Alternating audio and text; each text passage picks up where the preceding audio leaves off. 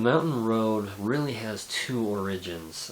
The first is I had discovered ebooks and the Kindle direct publishing platform to publish ebooks, and I decided, okay, I want to try this. I want to try writing a story and publishing it as an ebook. So I found this outline that I had written several years before called The Journeyman's Tithe, and I had written a 2-page outline, drawn a couple pictures to remind myself of the core of the story. And so I took this story, wrote a 10,000 word-ish book around it, and published it as an ebook.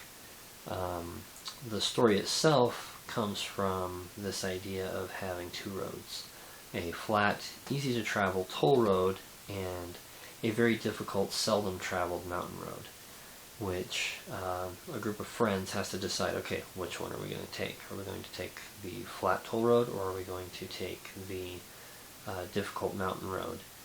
And we also get to see the end result of those choices, which a lot of people, when they make a choice, they don't realize the consequences behind it. So that's where the mountain road comes from, is this idea of having two roads that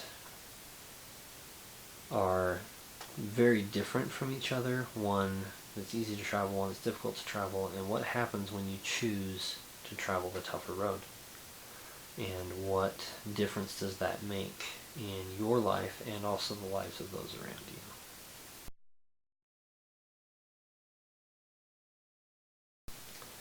I've been writing since I was a little kid. I started when I was 5 or 6 years old. I would staple loose leaf paper together and draw the pictures and write the words, and those were the first books that I created, were these very short stories with 5 and 6 year old illustration and spelling and sentence structure and all those things. But they were books. They were stories that I wrote. I came back to writing in high school, where I started writing poetry, and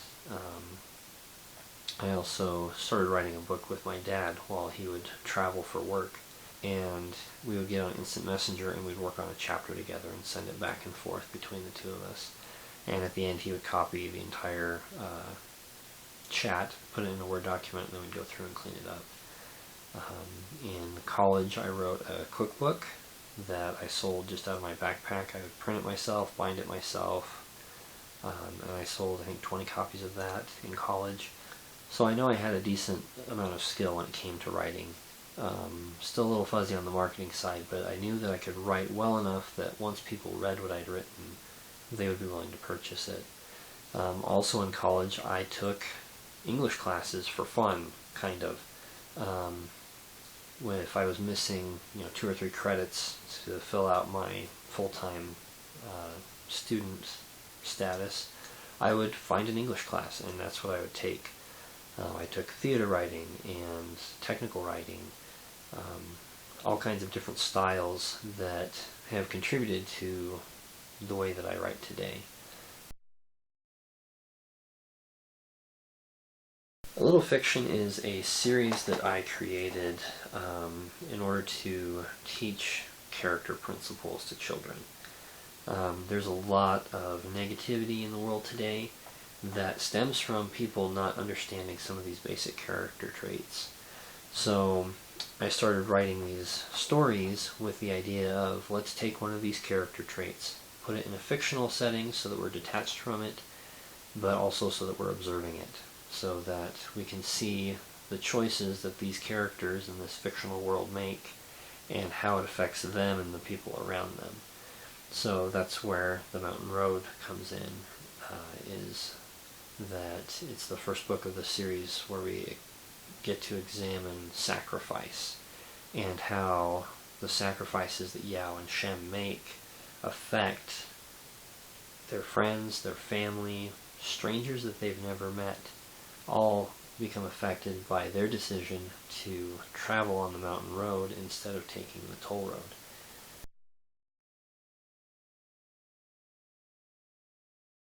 So a lot of people are going to read The Mountain Road and say, okay, I see that they're doing all this work. Where does the sacrifice come in?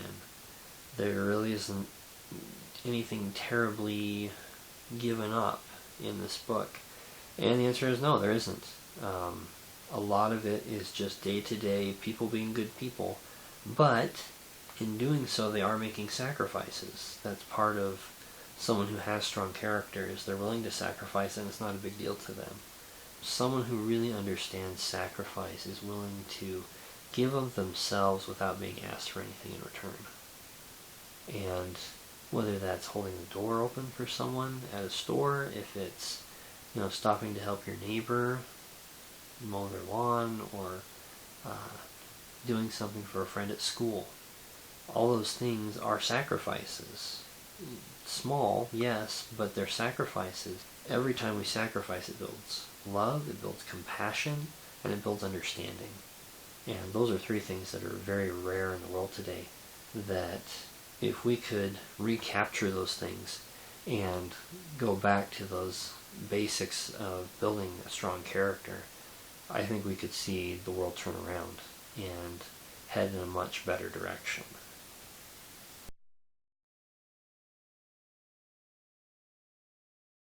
The next book in the series is called The Voyages of the MS Rodent, and it is about tolerance, which is kind of a sensitive subject in the world today. We see a lot of times that people think the only way they're going to get the rights that they want is by steamrolling everybody else's rights.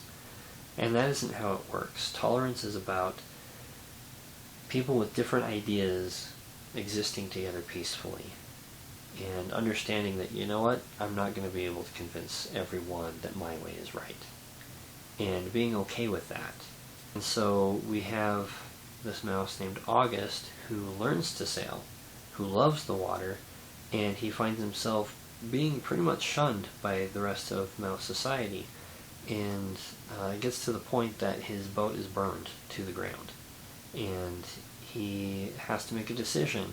Am I going to go ahead and give up who I am and what I enjoy, or am I going to go ahead and do what I like to do, sail, without forcing other people to accept it? Is there a way I can do that? And in the book, he finds a way, and that's what The Voyages of the MS Rodent is about, is that level of tolerance, being able to live separate ideals while still living together peacefully.